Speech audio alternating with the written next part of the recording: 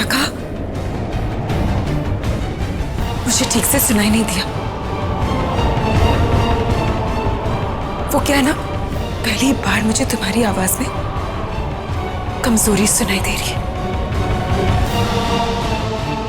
जोर से बोलो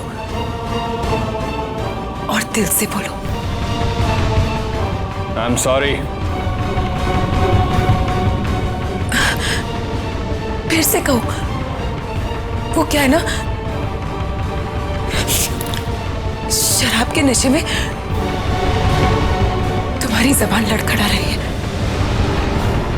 साफ साफ बोलो, सुनाई नहीं दे रहा है। I am sorry.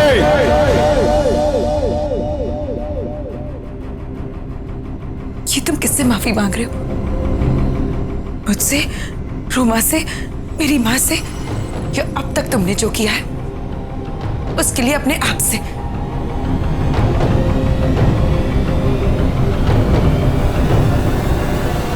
पद्मिनी जी, आज दोपहर 4 सितंबर 2012 ठीक दोपहर 3 बजे आपके साथ नटराज स्टूडियो में जो कुछ भी हुआ उसके लिए आरके आपसे माफी मांगता है।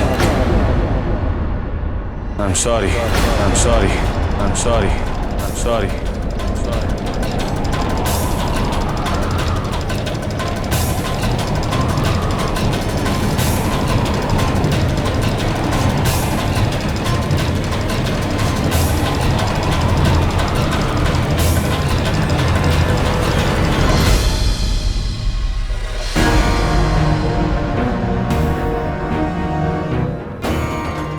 कहा था ना मैंने तुमसे, 24 घंटों में मैं तुम्हें अपनी मां से माफी मंगवा कर रहूंगी।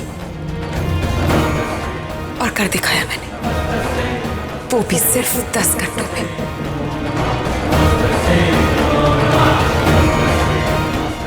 आज यहाँ एक सुपरस्टार और एक आम लड़की नहीं खड़े हैं। आज यहाँ एक मां के अपमान की लड़ाई में जीती हुई एक बेटी और एक हारा हुआ इंसान खड़ा है। इंसान खड़ा हुआ इंसान खड़ा हुआ इंसान खड़ा।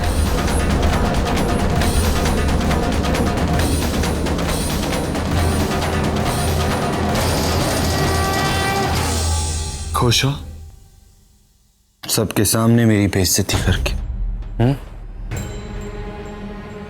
कोई बात नहीं, कर्ज चढ़ा है तो आरके उतार भी देगा। आज मैं झुकाऊं, कल तुम झुकाओगी। नहीं झुका पाओगे आरके। अब तुम मेरी बेटी को कभी नहीं झुका पाओगे। आज मुझे विश्वास हो गया है कि मेरी बेटी तुम्हारे सामने कभी नहीं झुकेगी। वो लड़ेगी।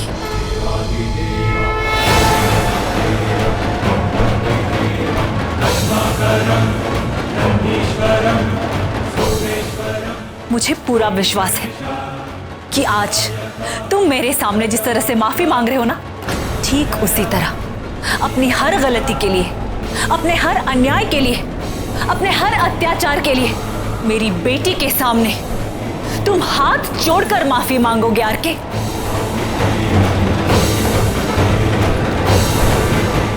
आदरणीय सासू मां, काजल की डिब्बी से अपनी उंगली में काजल लेकर अपने सपनों को काला टीका लगा दीजिए। बहुत खूबसूरत है, क्या पता शायद आरके की नजर लग जाए।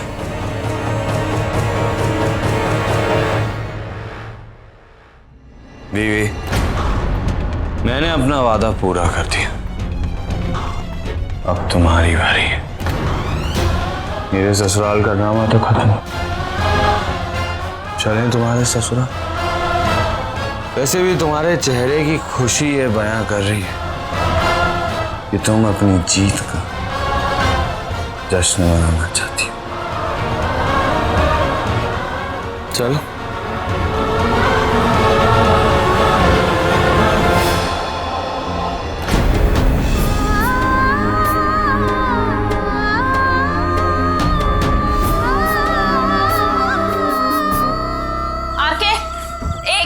एक सेकंड। मिस्टर आरके, कौन सी खुशी देख ली तुमने मधु के आंखों में? मैंने तो कोई खुशी नहीं देखी। क्या है ना, तुम्हारी सोच ही घटिया है। तुम्हारे में और मधुबाला में जमीन आसमान का फर्क है। वो किसी को नीचा दिखाने में, किसी को इंसल्ट करने में, किसी को छोटा महसूस करवाने में विश्वास नहीं रखती, तुम्हारी तरह। और आज जो उसने किया ना, कोई भी अच्छी बेटी होती वो ऐसा ही करती, क्योंकि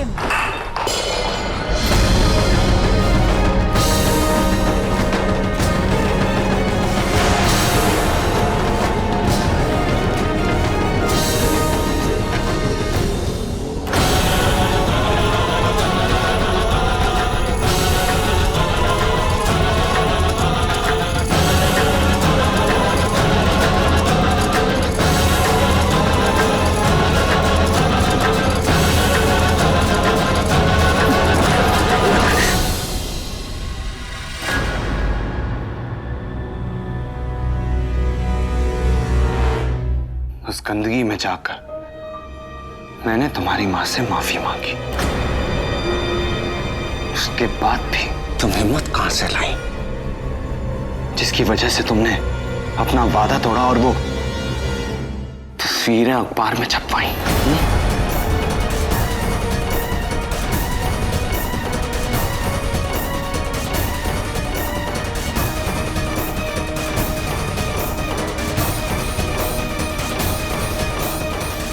के कोई मामूली आंख नहीं है जिसमें चलने के बाद गंगा में बहाने के लिए हड्डियां बाकी रह जाएं। मैं तुम्हें इस कदर बर्बाद कर दूंगा कि तुम्हारा वजूद भी खत्म हो जाएगा। धोखे से मुझे सख्त नफरत है और तुमने मेरे साथ बहुत बड़ा विश्वासघात किया है।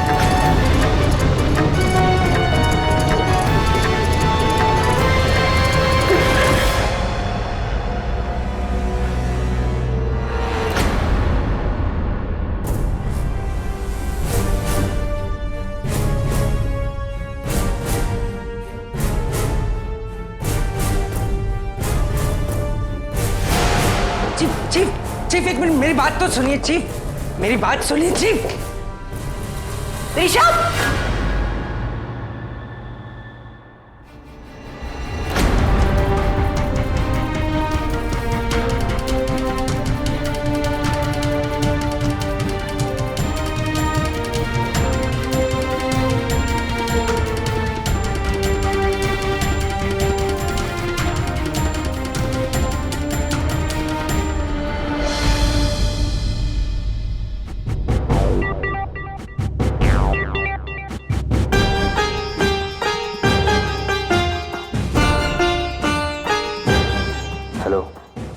डैडी जी, इतने ड्रामे से भरे हुए सीन से गायब हो गया।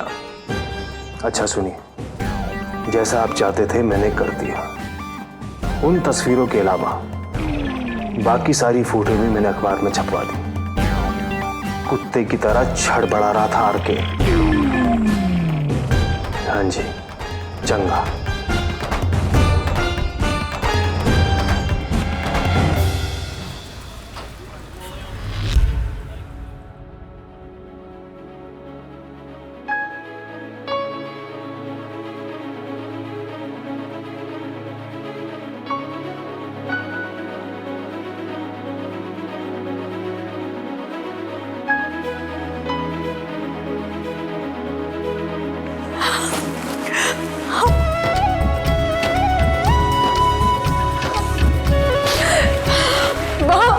मालिक को होश आ गया। हे भगवान, तेरा लाख लाख शुक्र। तृष्णा बेटा, तू एक काम कर, रोमा को फोन करके एक खुशखबरी दे दे और इसे कहना चौल में भी सबको बता दे कि मल्लिक को होश आ गया। हाँ माँ, अभी फोन करती हूँ।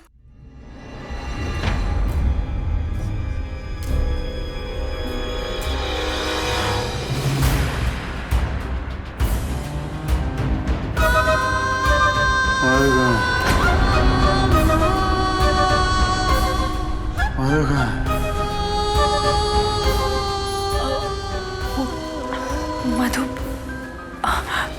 मलिक काम पे गई है, वो आती होगी।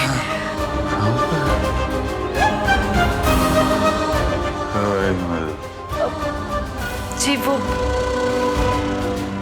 मैं कल मधु को अपने साथ लेकर आऊंगी। अच्छा, अब आराम कीजिए, अब आराम कीजिए।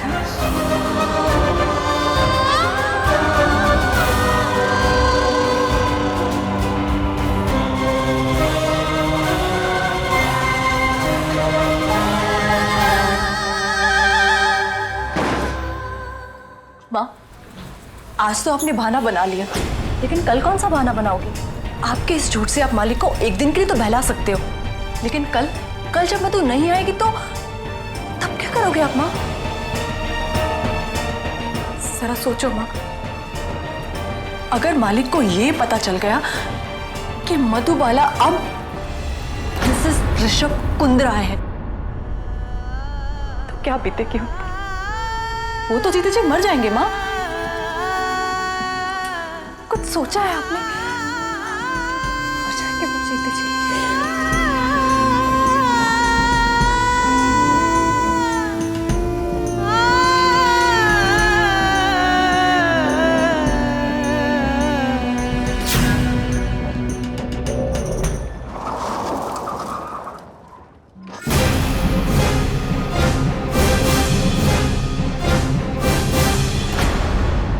ये तस्वीरें तुम्हें कहां से मिली?